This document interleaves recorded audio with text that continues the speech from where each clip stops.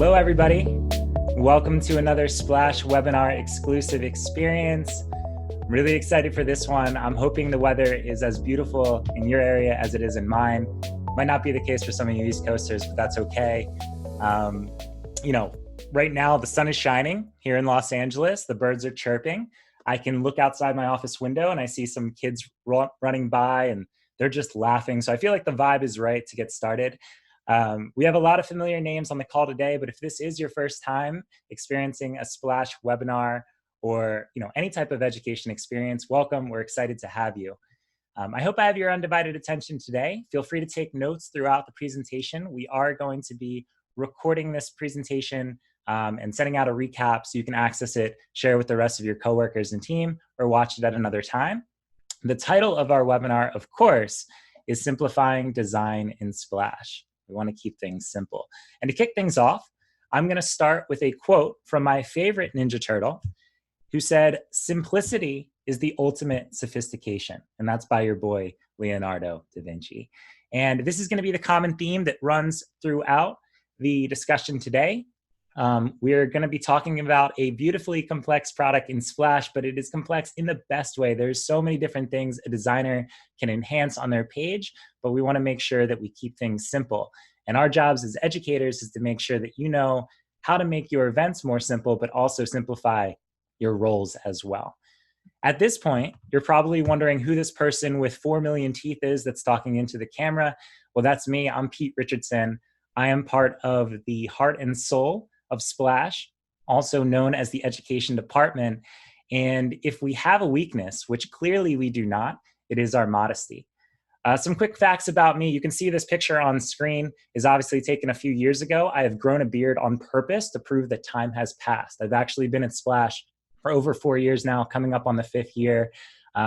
It's been an awesome ride. I've been from Philly to LA to New York, back to LA. I really do miss my East Coast team a lot, but I do prefer the weather here, obviously. A couple other quick facts. I've probably seen Wayne's World more than any other movie in my lifetime.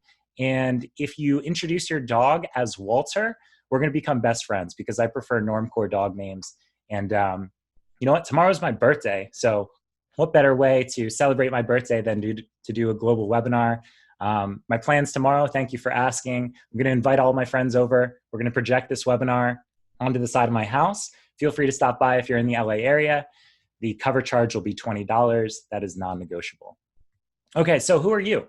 Let's talk about you for a second. If you're joining this webinar, you're probably coming from a lot of different places, a lot of different experience levels. Either you're new to Splash, or maybe you're a designer who has never used Splash's design tool. Maybe you're just someone who's nervous and just trying to get a quick tips, or you might be even like an investor in Zoom potentially, and you're just trying to see how the product is performing. Hopefully so far so good for those investors.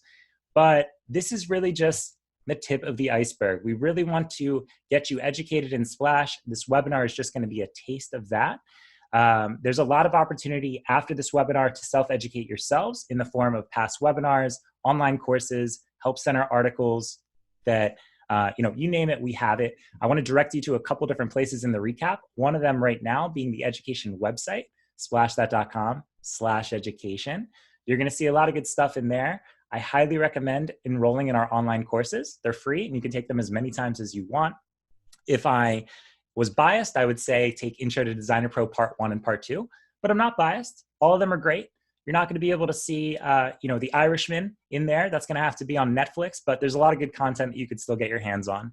I also need to make sure that you guys know about our community, our Splash user groups, or Splugs for short. It would be awesome if you join us.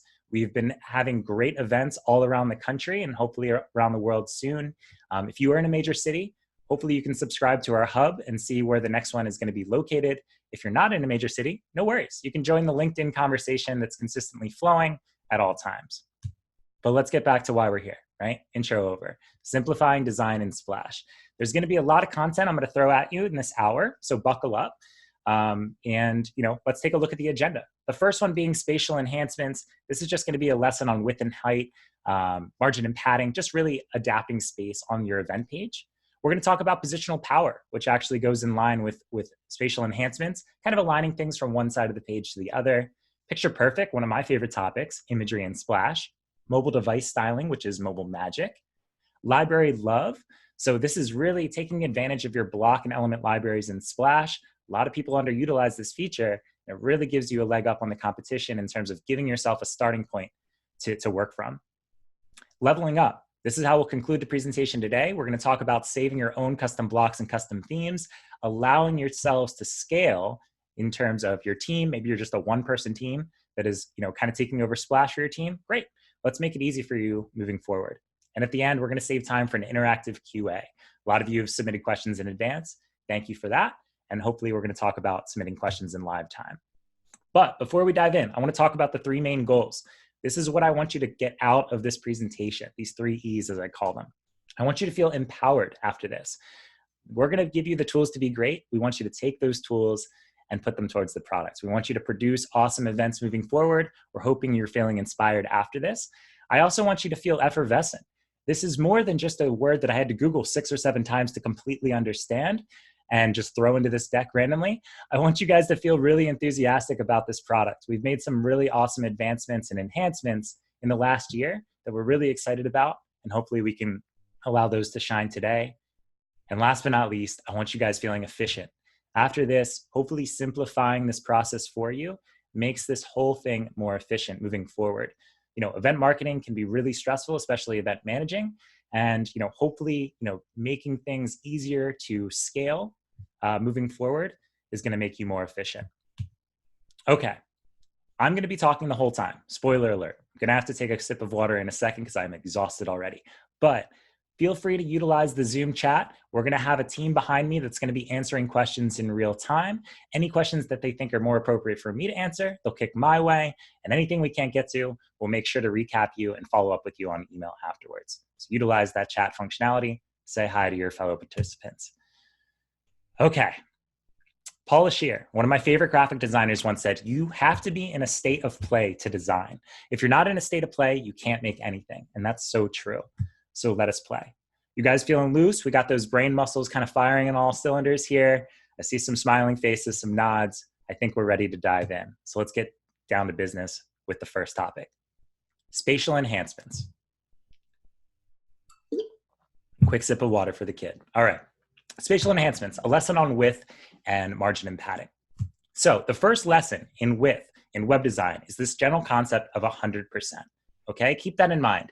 You're always going to be allotted 100% of space per line in web design, and especially in Splash as well. So that means if something is scaled to be 100% wide, there's no room for anything to stack next to it. Everything has to go underneath it. But if you start to scale things down to less than 100%, then you're freeing up some space to align things next to it. Like we see on this visual here, 50% plus 50%, it's allowed to sit on the same line, right? Once you start to introduce margin and padding, however, you need to get a little more strategic. And what I mean by that is margin is actual physical space. So if you're going to be dividing objects from each other using margin, you're going to have to account for that physical space when you're doing that quick math, right? So taking a look on screen, if you had 10% of margin, well, that means you have to reduce the width of your entities to, let's say, 45% and 45% to account for that extra 10%, right? Adding this up still equals 100%. I'm pretty sure. I was a fine arts major for 4 years, so you can probably trust my math here. But basically, what I'm saying here is if we try to add margin to those 50% containers, take a look what happens. It snaps that down to the next line, right? Because we're adding up to more than 100%. And I know this might be really simple and straightforward for a lot of you on the call, but this is a really important concept to understand before you dive into Designer Pro and you dive into kind of affecting the width of elements on your event page. So speaking of that event page, let's hop over there. Let's prove my point. So I'm going to share my screen and I'm going to jump over to Google Chrome. And we're going to take a look at, this is my events dashboard. First thing I'm going to do, keep in mind that a lot of the topics we're covering today require Designer Pro access. If you're not sure what that is, click into your profile on the top right and make sure Designer Pro is toggled on. If you don't have that feature, reach out to your fellow Splash representative. They'll make sure that we get you set up. But I'm going to click into my actual event here, design and dance, 2 of my favorite things to do. And as I jump into the event page touchpoint, we're going to take a look at the page on the screen, right? We've got a lot of blocks to mess around with today. I'm going to scroll down here to the About the Event section. All right, so we have these 2 containers, right?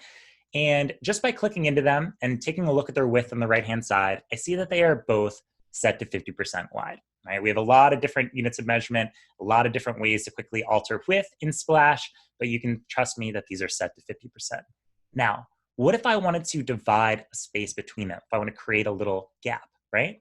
Well, I can click into that purple one and I could add, let's say, 5% of margin on the right-hand side, or maybe even 10%. What happens? Well, when I hit enter, it snaps that second container to the second line, right? So I just have to do some quick math. I have to make sure that I'm accounting for that physical space, that margin that I just used to separate them, right? So what I'm gonna do, I'm gonna click back into the purple.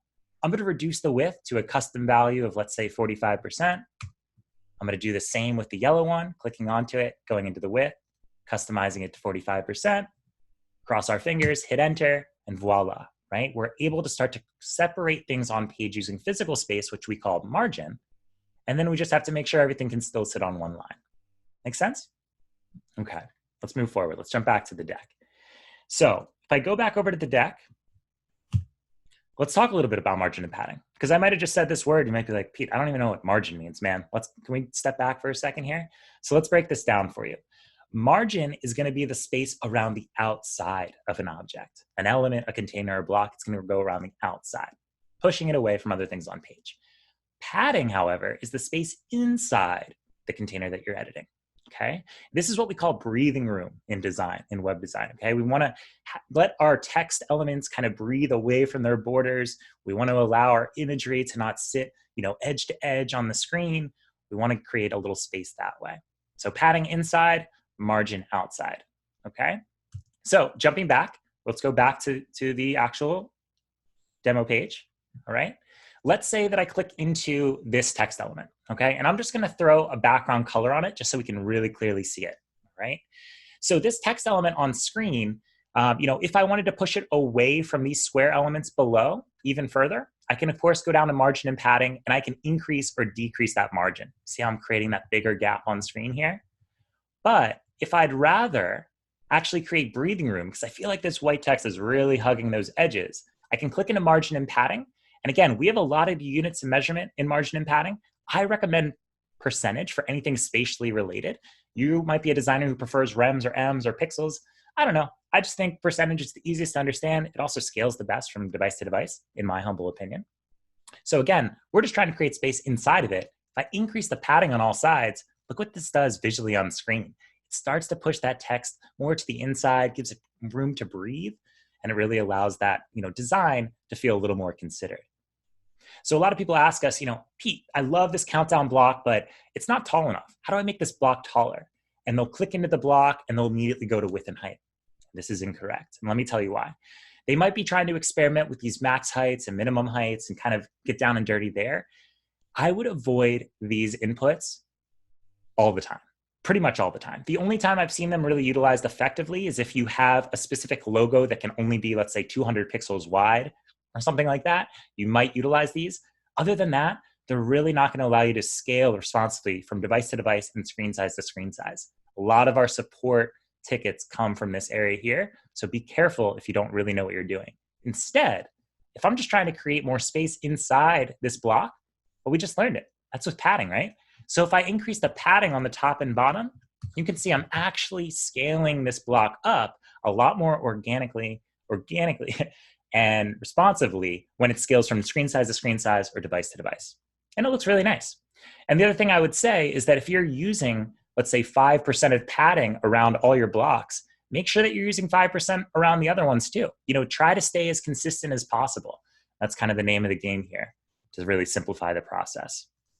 All right, let's jump back over to the deck. So, spatial best practices. To sum up that first section, stick with percentage. You can use rems or pixels. I say percentage. Avoid hard heights and hard widths. Those hard inputs are a little tricky. And be consistent, okay? If you're going to be using padding in one place, make sure that you're using padding in the same place in other blocks. If you're using 5%, use 5% other places. If you're going to be using margin, use margin. Just be consistent. Make it easier for yourselves. Make it easy for the support team to help you out when the time comes. Next topic, positional power. All right, so this is aligning things from one side to the other. So the first topic I want to talk about in the positioning tab, and we'll get into the product in just a second, is this term called float. And this is a web design term. It's not a splash term, but it's effectively named because it's how things literally float around the web page. So if you wanted to float something to the left side or the right side, well, you would choose float left or right. If you wanted to float it to neither side, thereby centering it on the page, well, that's called float none. Why it's not called float center? I don't know, man. Don't kill the messenger. It's just what we're calling it. That's what they invented, so we're sticking with it for now. But keep in mind that as long as something is less than 100%, you're able to push it around the page a little bit, okay? So if we go back over to our page, let's cruise up here and let's say that we wanted to kick this button around. If I click into this button here, if I come down to the positioning tab, well, I can float this to the left side or the right side, or float it to neither side, which is float none. Really simple stuff here. You might also ask yourself, okay, well, I kind of want to align this entire container to the left-hand side. And, a lot of designers will click into the font tab. They know that they can kind of text align things to the left-hand side, one by one, and that takes a little bit of time. They can click into this image element and position it float left, but they're like, okay, this is all aligned left. That looks really nice, but I want the entire kit and caboodle over there, right?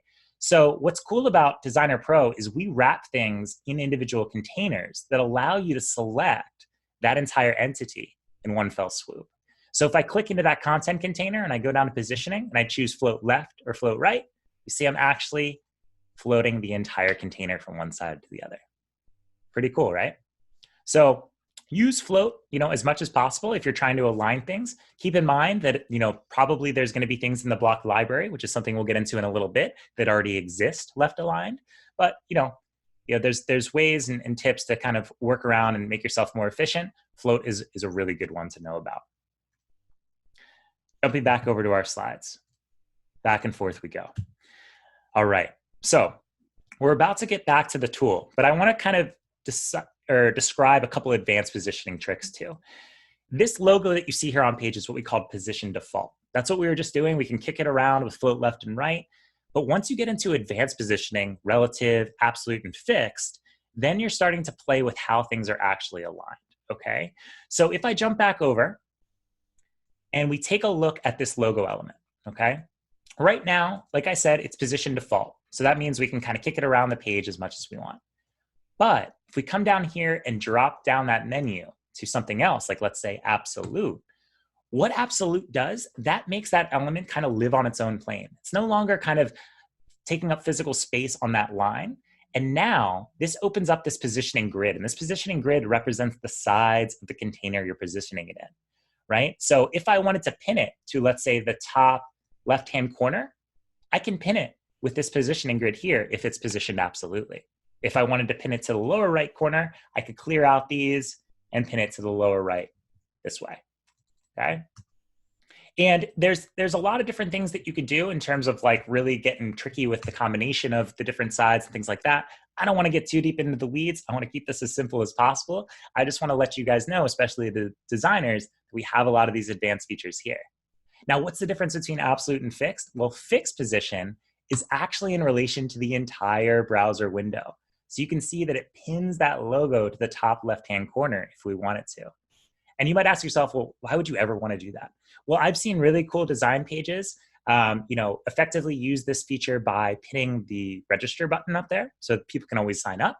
I've seen them actually pin the entire block of like a navigation so it always stays sticky. It's pretty cool. So just to kind of preview that, let's just say that I click into this entire navigation block. Right now, as we scroll up and down the page, you see that block kind of disappears on scroll. But what if I want to have it stay with us?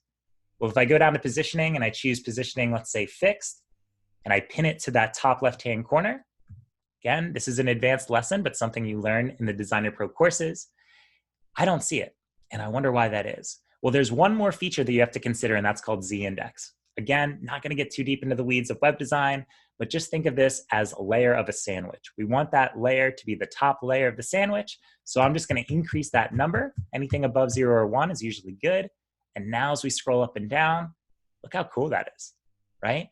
Without really doing any custom code or anything, I just entered a couple values in the places that I was educated to do that. And now I know how to fix position in the entire block, okay? All right, let's jump back over to the deck. Again, I know we're going over some advanced stuff, but we want to make sure that we simplify things. We'll try to keep things as simple as possible moving forward. But take a look at these slides. We know the first one was position default. We know that absolute is in relation to the container it's being housed inside of. And last but not least, fixed is in relation to the entire browser window. Let's talk about Pictureperfect for a second here. Okay, this is a fun one. So there are 3 types of imagery in Splash that you need to know about.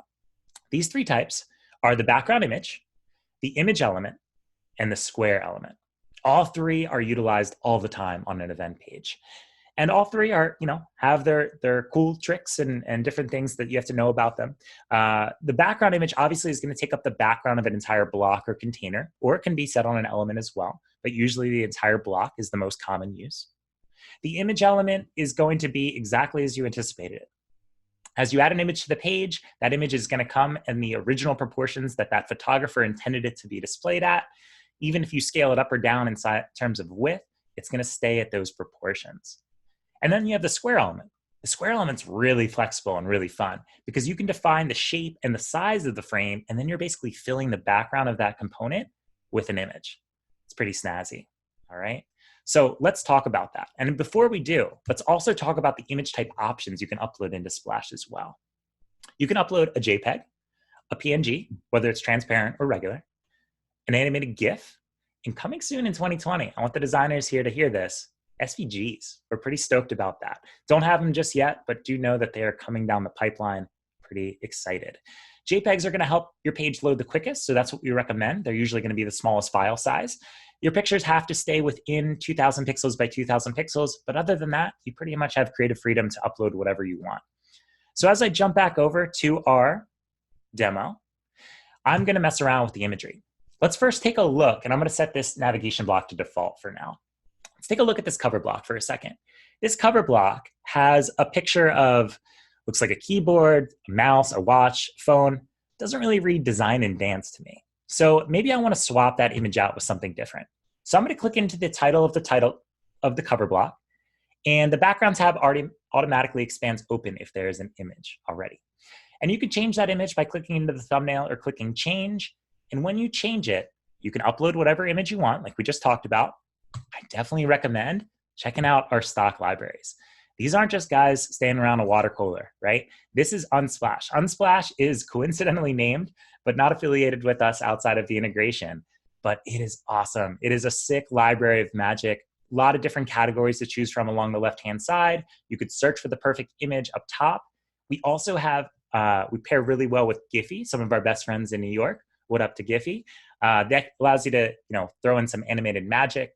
For now, I'm going to go into the stock library. I'm going to find a dancer. Maybe I'll just say dancing.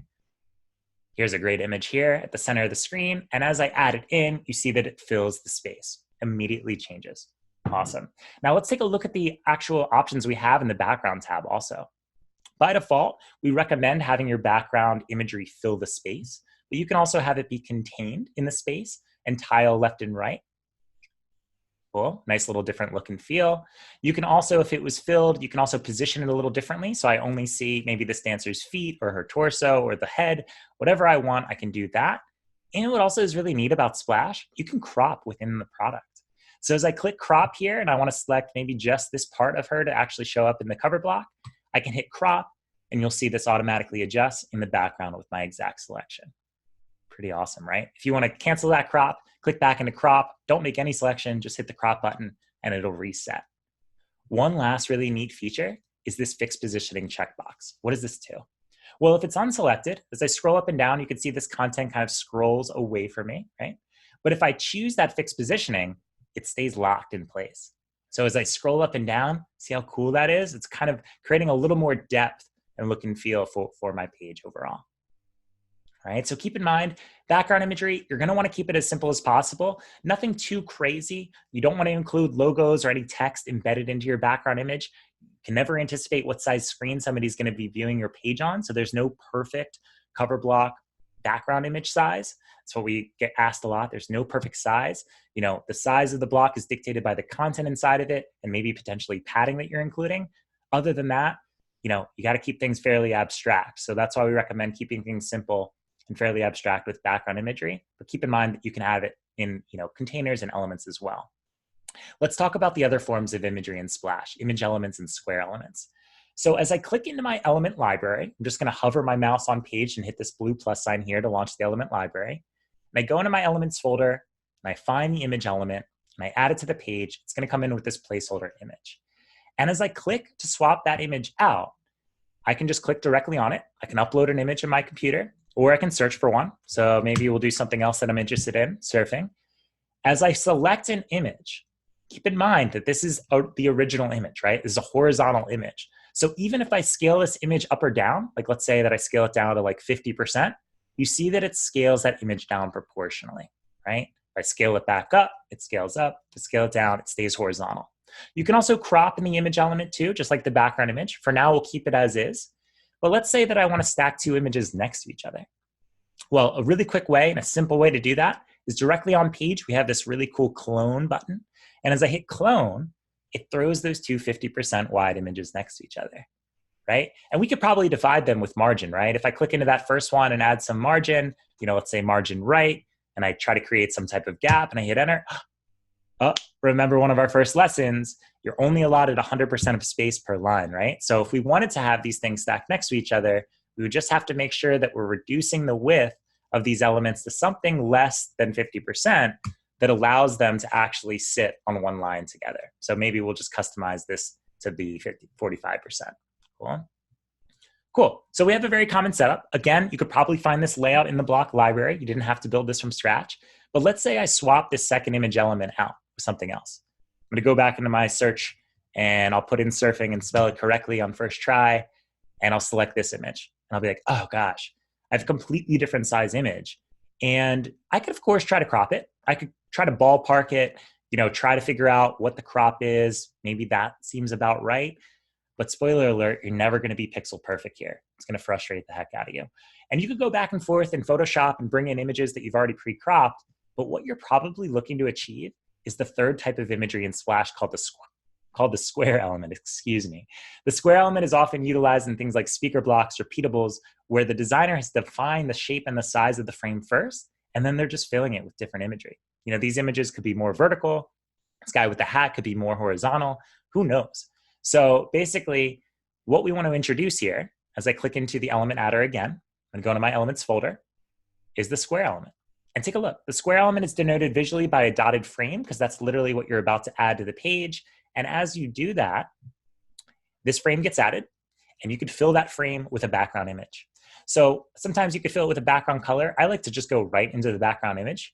And if I click into the background image and I search for that same surfing image, at first glance, the square element and the image element look pretty similar. Obviously, we've reduced the width of the image element, but proportionally, pretty close, right? But take a look. As I click into that square element, it serves more as a background image, where I can decide if the image is going to stay contained in the space and tile left and right or not at all. I can have the image stay filled and turn on fixed position. So it kind of creates this really cool window effect, almost like we're looking through the barrel of the wave here. Got really lucky with this image pick, but this looks really rad, right? So if I turn off fixed positioning here and I reduce the width to be, let's say 50%, we can still stack two images next to each other, right? But I want to show you another really cool feature. The square element also allows you to change the shape of the frame itself. So a nice little feature in the border tab that a lot of people overlook is this radius input. If I throw on let's say 100% radius, check it out. You have a nice, perfectly round image on your page using the square element. And if you clone this and swap the second square image out with, I don't know, maybe that other image of the surfer that I know is more vertical and a different size, take a look. They are now identically sized because you've changed and decided what the shape and the size of the frame was first using the square element and then just elected to fill the space. Pretty nice, right? Okay. So keep in mind, background imagery, keep it as simple as possible, right? Image elements usually used for things like, I don't know, one single logo or one single image that you already have pre-sized in advance. And then square elements are if you have a group of images kind of sitting next to each other that you want to, just really define the shape of and make sure everything is simple and consistent. The name of the game in this webinar. Let's jump back over to our slides and take a quick sip of water. All right, taking a look at this imagery best practices, we just quickly covered them. Keeping background imagery simple, using image elements for single logos, use square elements for multiple photos that need to be the same size. Just in case anybody's asked in the chat, we are going to be sharing this deck. So this is something that you'll be able to kind of add to your tool set too moving forward. All right, next topic, mobile magic. We're at the halfway point. We're doing just fine. All right, so let's talk about mobile magic, right? So multi-device styling is one of the best features of Splash, okay? I'm biased. I think a lot of the features are pretty rad, but I think multi-device styling really sets us apart from the Squarespaces of the world, from other WYSIWYG editors that kind of just allow you to design on desktop and cross your fingers, hopefully it looks good. Splash doesn't do that. We allow you to get down and dirty in tablet and mobile as well. And there's a lot of things you can change for mobile devices. Taking a look like right here, we have things like text. If you're changing the size of text, the alignment of text, line height, letter spacing, title casing. If you want to change spacing on the mobile device, you can change the width and height of elements and blocks, or the amount of margin and padding you're applying to certain places. Positioning, I think, is pretty good too. You can start to float things from one side of the device to the other. Styling, you could change if you have a border on something, or the thickness of the border, or how the roundness or the radius is. Background imagery, you can even swap out to something more vertical, which I think is crazy.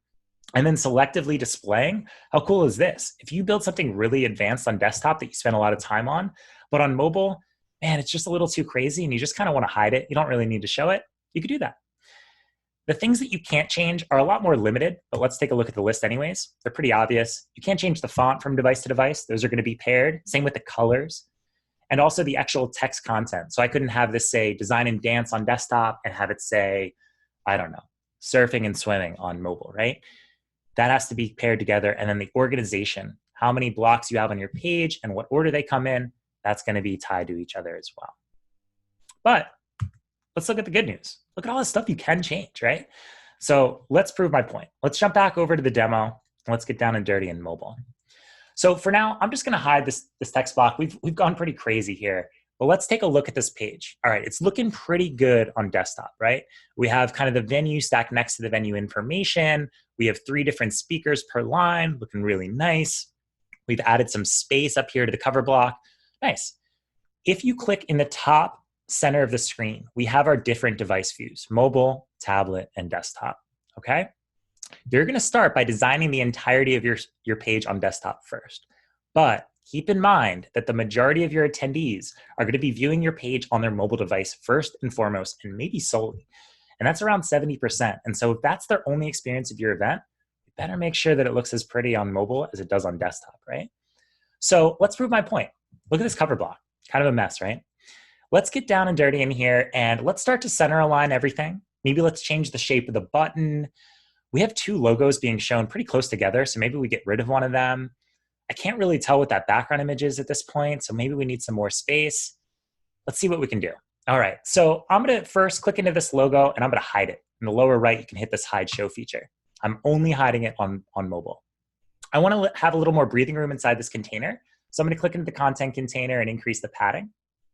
I want to make sure that everything is centered aligned. Looks like everything but the location was. If I click into the button, these are all just kind of reviews of things we went over. If I go down to border radius, maybe I throw on a 100 pixel radius and hit enter. Really rounds that button out. Pretty neat. And then last but not least, like I said, I can't really see that dancer anymore. So I have a couple options. I could click into the entire block and I can mess around with the amount of padding that I'm including in the block so I can, maybe see more of the image above this container, right? But this isn't really doing it for me. Maybe I just need to swap the image entirely. So if I go into the background of the entire block and I hit change, and go into the stock library here, if I go into, I don't know, maybe we'll choose like party or abstract, or maybe just let's go back to dancer, right? And I choose a new image. Okay, maybe that wasn't the best one, but if I choose, a different image, from my desktop, maybe just something a little more abstract that doesn't really matter on mobile for people to actually see it, you can see we've made significant changes here. We've centered aligned all the text, we've changed the shape of the button, we've included more padding and breathing room up top and inside the container, and even swapped the background image out. Check it out. If I jump back over to desktop, none of those changes have taken place, which tells me, it empowers me as a designer, amazing. I can now go into each device and make those necessary tweaks if I need to. Hopefully, the themes that you're using are already pre-designed to look brilliant on tablet and mobile, but once you start to get into desktop and you're really remixing the look and feel of the blocks, jump over to mobile and tablet at the end, make those necessary tweaks, and feel empowered to do so. All right. I see we have some questions coming in the chat, so I'll hopefully get to those in a little bit. All right, jumping back over to our preview. Let's jump to the next slide. Mobile practices, best practices in mobile. Okay, we talked about desktop first, making sure that you design everything on desktop first. You jump back over to mobile and start to make changes. You have now unlocked that experience from itself. Now, if you do like swap a color or you change the title of your event, yeah, that's still gonna pull through to mobile and tablet. But just know when you start to make those aesthetic changes to mobile, you've now unlocked that experience from desktop. So keep that in mind. Use the 100% rule. If you're having trouble kind of deciding on a layout on mobile, usually just scaling elements up to 100% to allow them to naturally stack on top of each other is gonna get the job done, believe it or not. And size matters, making sure that if people are viewing your page on mobile, you scale up the size of those buttons so that their thumbs can click on them. Scale up the size of text so people can read those. These are really important things. You can always view your page on your actual phone at any time. This is a live product, so keep that in mind as well. If something doesn't feel right, jump back into the tool and make those adjustments and enhancements. All right, next one here. Let's talk about library love. So this is a very underutilized feature in Splash, and I don't know why, but we have an entire library of magic for you to take advantage of. Yes, the theme that you're probably starting from for your event page looks awesome, but there are a lot of other layouts you could take advantage of just by literally perusing our libraries. Our block and element library are accessible in a number of different ways, and each category has about 10 or 12 unique layouts to start from. I never want you to feel as a stressed out designer that you have to start from scratch, building out a block or a layout or designing an element. We already got your back. We already designed these things for you to just drop into your page. So jumping back over to the actual site, let's take a look. Like I said, this is looking pretty good. We have a lot of really cool stuff here, but maybe I'm missing something. I'm gonna have some partners at my event sponsoring the event. Maybe there's gonna be some alcohol brands or lifestyle brands that I wanna represent that are sponsoring the party, but I'm not really representing them on the page just yet. So I need to add a sponsor block. So you have a couple different ways to do this. You can hit the purple plus sign along the layout tab along the right-hand side, or hover your mouse between two blocks on page. And as you click that add block icon, this library pops up. And there's a lot of good categories in here. And don't think you're limited to just the categories that are here for those type of blocks. Like if I'm looking for a sponsor block, yeah, we have a sponsor folder for it. I'll probably add that to the page. But maybe there's a layout in the list blocks that I really like a lot more. Maybe ones that include a logo and a description about the brand could be better.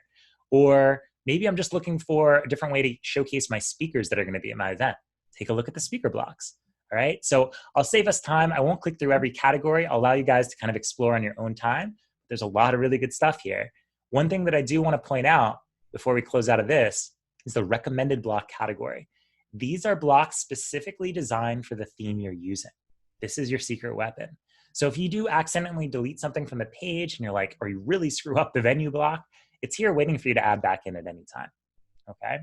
So again, maybe that text block that we kind of got rid of before, we can pop that into the page and you see it's back to its original design, right? Pretty nice. And what's cool about blocks is they automatically adjust to the color palette and the fonts that you've established in your theme tab. So even if you added a block that was like bright red to this page, it would rebrand itself to match the palette. Kind of does that work for you. It keeps things simple.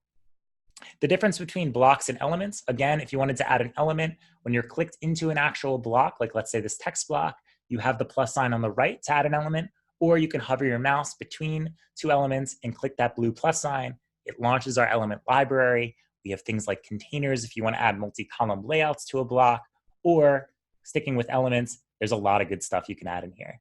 Text elements, imagery, navigation menus, social links, audio and video content. You can even iframe in entire sections of your brands.com into Splash if you really want to get wild. Image carousels, you can throw forms into a page. Man, there's a lot of good stuff in here. I'll allow you to explore at your own time. But like I said, take advantage of these block and element libraries. They're really going to allow you to quickly and efficiently build these pages faster. All right. Okay. Next thing, let's jump back over to our slides. Leveling up. So this is our last topic before the Q&A. Leveling up, this is a big one. So a lot of designers ask me, how do Pete, I've taken these courses, we've been on these live calls, I've seen these webinars. what am I missing? And we take a look at their account together, and I see they've created a ton of different events. It looks awesome. And I click into their themes dashboard, and there's no themes. Or I go into an event page and I go to add a custom block, and they don't have any custom blocks. I'm like, oh man, dude, you're missing out. This is going to be awesome for you. This is going to allow you to scale your team a lot, faster, and allow you to build pages more effectively. And so what leveling up does is, if I go back over to our page, and let's say that I've worked really hard on this cover block, right? We've changed the cropping of the image in the background. We've changed the alignment of all this. We've changed the color. We've changed what it looks like even on mobile. It would be really annoying to use this theme next time and have to do all those changes the same way again, right? So what could I do? Well, what's great about block saving is that you could save all those changes on desktop, tablet, and mobile all in one fell swoop and click, right? So what I'm going to do, I'm clicked into the cover block along the right-hand side. I'm going to just quickly screenshot this block. This is not a required step by any means, but it's just going to save us some time in a second. I'll show you why. And the first main step is I'm going to click this green bookmark icon. It says Save Update Section. And as you click that, that opens this modal. And it's asking for the details of the thing you're saving. So I'm going to call it our design and dance main block. And I'm going to add some tags just so I can really quickly access it. I'll show you where these tags come up in a second. I'm going to upload an image. You can allow Splash to auto-generate an image for you, which is pretty awesome. It takes about 15 seconds to render, so I'm just going to grab an image from my computer to save us some time. And I'm also going to categorize it. Not a required step, but in the future, we're going to be creating a brand new block library. So this is going to allow you to quickly search for the category as well. So I highly recommend getting in that habit. And before I hit save, I want to do one more thing. I want to share it with people. I want to make sure that everybody in my Tools to Be Great organization has access to this block. Or actually, I just want to make sure that Zach at Splash has access to this block. So I'm just going to share it with him. And just by sharing with your different coworkers and teammates, you're allowing their block library to grow with you, making sure that everybody has access to it. Okay. And as I go back into the details and I hit save here, that block has been saved. And what's really neat, let's just say that I've deleted this block from the page, right, by accident. Make sure when you're going to be adding a custom block to a page, whether it's this page or a completely different event page down the line, that you save and refresh your page. Why? Well, you've technically made a change to the back end of our system, right? You've invented this brand new block that we've never seen before. And we want to make sure that the block library reflects that change, right? So once you save and refresh and you go to add a block to the page, you're not going to look for that cover block in the cover block folder, even though it was a cover block. You're not going to look for it in the recommended folder, even though these are blocks specifically designed for the theme you're using. Scroll down. The bottom line, you have 2 new folders, potentially 3. The Yours folder, which are blocks specifically that you've designed. The Shared folder are blocks that have been shared with you. And then Linked folder, maybe that's a discussion for a different time if the block has been linked. If I click into the Yours folder, I've been at Splash for 5 years, guys. I have dozens and dozens and dozens of custom blocks, right? So this would be a pain in the butt to kind of search for. So hopefully you've given it a proper image or given it a proper title or search terms or tags so you can quickly search for it. There it is right there in the middle of the screen. As I hit add to page, this is not just a screenshot of the block. These are the real dynamic heavy duty elements. And bonus feature, if I check it out on mobile, those same changes that I made on mobile bake into it as well. Pretty cool, right?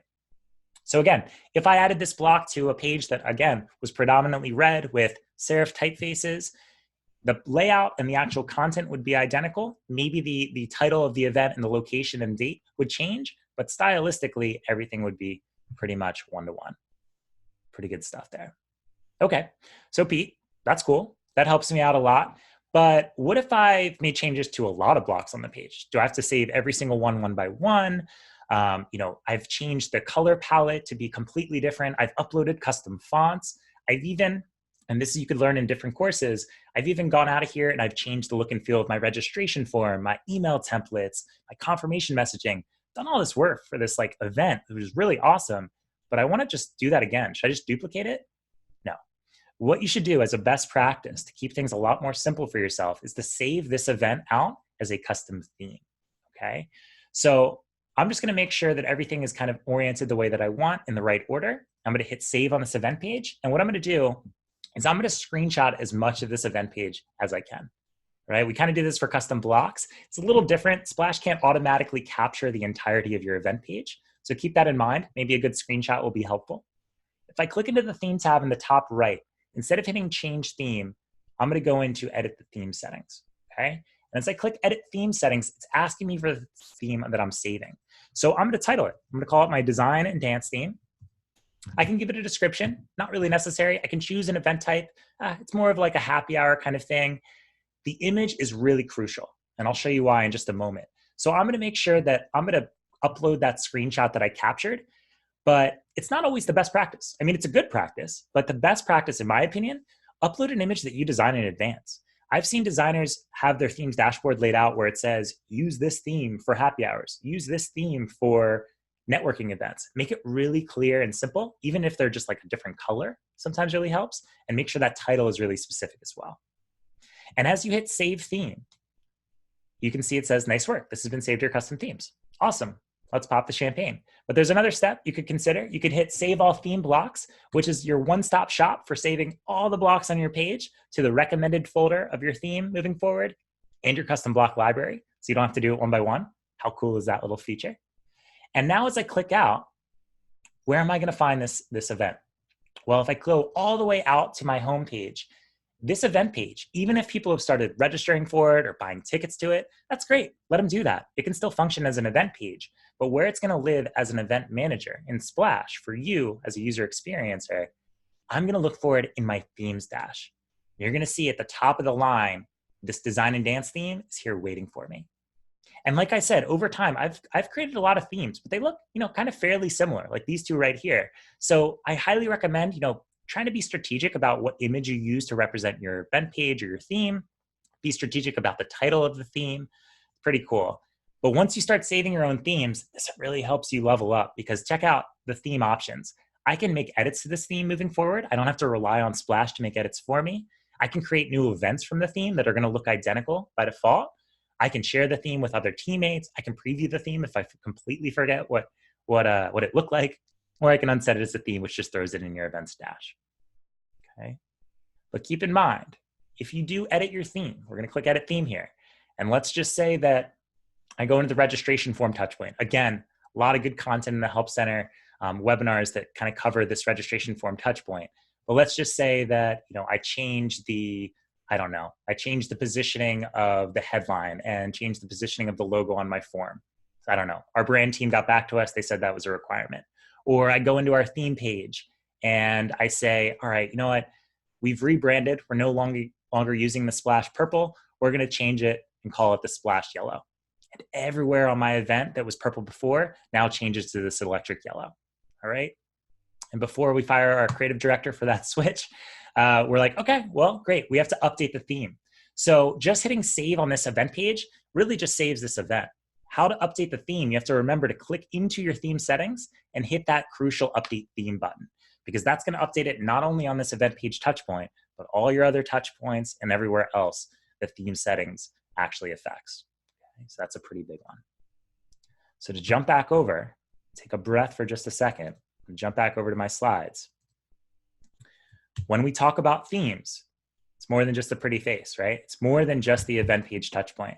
It's the color palette changes you've made, the custom fonts that you've uploaded, the email templates that you've designed, the registration form touch point, the share card touch point, the confirmations, the settings. Oh gosh, it's a lot. And what's great about that is that when you create and work really hard on that first event page to really nail it, you create all that stuff and you save it out as a custom theme, all that heavy lifting's off your shoulders, you're smooth sailing moving forward. That really helps you level up. Cool. Okay. With that, let's get to some live Q&A. My team has done a good job starting to answer a lot of the questions, I believe. I'm going to take a look at the page on the left-hand side. I think, you guys have submitted a lot of good questions in the chat. I want to make sure that we get to some of those, but I want to take a look at some of the pre-submitted questions here that we have on our end. So, first one, Ben asks, how can we create a template that carries from theme to theme, or show us how to simplify the template process? Well, Ben, hopefully you were engaged for that last 2 minutes there. That's what we call theme saving. The ability to save out your event page templates as new templates, or what we call themes, an interchangeable word at Splash. Again, that's going to help you really level up. Let's check out the next one, Kaylee. We often have issues we often have issues with maintaining height between elements, no matter how much we play with height settings. Would also love to know if there's a way to position in center instead of just none left and right. Okay. Two-part question. Let's see. Well, the first thing I can say about height issues, and we're going to go back over to the screen real quick, over to the page. Keep in mind, if you're dealing with trying to maximize and use these height settings, this isn't the best practice way. And like I said, you could be designing a page on your small laptop screen and it could look pixel perfect, but then you trade it off to your teammate and they open it on a large monitor and everything's kind of out of whack. And you're like, oh, how can I stay consistent? Well, the way to stay consistent, Kaylee, is to use consistent margin and padding, right? Instead of hard heights and hard widths, okay? And also make sure that you're using the same unit of measurement in margin and padding, like we have pixels, percentage, rems, and things like that. And also making sure, to understand the compromise of web design. That is the main compromise. Again, that you're not going to be able to anticipate always what size screen somebody's viewing your page on. So just keep that in mind. Try to do your part. And another thing that really helps, a lot of times I've seen, let's just say that this element was a width auto, and so was this element, right? And I've seen people try to make adjustments to their page and they'll be changing the width of things and they'll get like this kind of setup. They'll be like, I don't know what this dotted box is. I don't know why this button is up there now.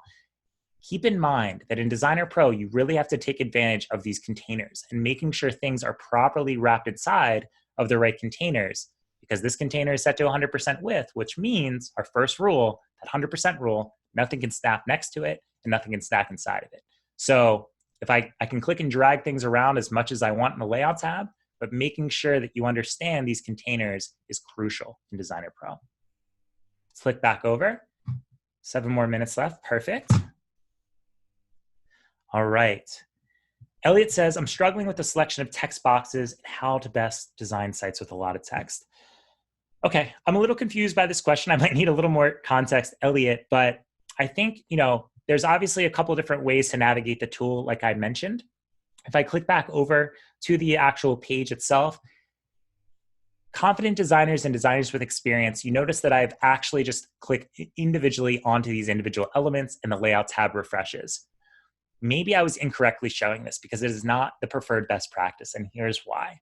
If I try to click on this button right here, right, and I try to change the background color to, let's say, blue, and I make that change and I'm like, oh gosh, what did I do? I've changed the entire container. I don't even know what I just did, right? When you're trying to click using the on-page UX, you're not always going to be able to click on these individual elements exactly. So we recommend, as a best practice, forcing yourself to go through the Layout tab, find the element you want to click on this way, and then utilizing your hover states, finding that individual element this way, all right? Because it ensures two things. One, you're clicked onto exactly what you want, and that lesson I just said, you understand the relationship between elements, containers, and blocks. Second part of your question, my page just has a lot of text. I'm just looking for a cool layout. Again, utilize the block library. There's tons of really nice layouts inside the block library in all the different categories. The text block category obviously is probably your first starting point to find, text with imagery, text in multiple columns that you can add to the page, but utilize all the different categories. There's tons of layouts with text that are included. All right, we'll take about 2 more questions. Let's take a look. All right. Oh, this is a cool one, Nicole. Nicole asked, I'd like to see how to right-left align containers in the same row. Spoiler alert, that's with float. We'll do that in a second. Also, how do I apply a background image that carries through the whole page in different blocks? So maybe this, Nicole, maybe you've seen an example of this being done on other web pages or on a splash page. This is a really kind of cool feature. I'm glad you brought this up. So as I go back over to the demo page, this will be maybe our last question before we close out. If I take a look, right now we have kind of this cool dancer up top, right? And I know with the dance main block, with the background image, I can choose fixed positioning so she kind of scrolls with me. But here's a couple tricks. You could technically set the background of every block to be the same image with that parallax scrolling, right? So if I search for dancing and I find her again, I can set her to fixed positioning and check it out. As we scroll up and down, she's starting to extend past that top block, right?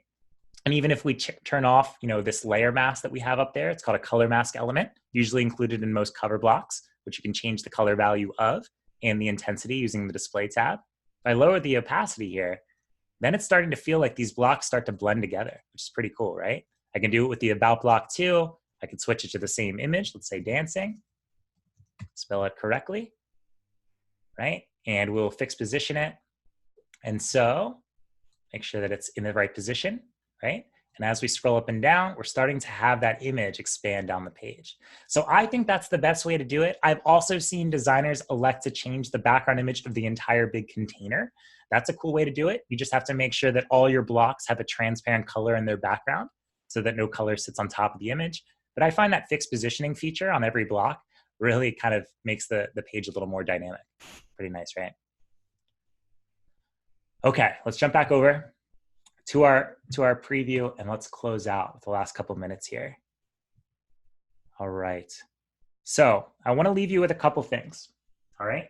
This one quote is an amazing quote. And I went through architecture school at USC, and this was one of the kind of leading lessons that we had that first year. And it said, perfection is achieved not when there is nothing more to add, but when there is nothing left to take away. I really want you to just take a second and digest that, because I think that's really brilliant. The same with that Leonardo da Vinci quote up top, where simplicity is the main sophistication of everything. I think they're very directly related to each other. I want you to, when you're designing these events out, designing your registration form or your email sender or your event page, keep it as simple as possible. If you have the ability to take advantage of striking imagery, awesome.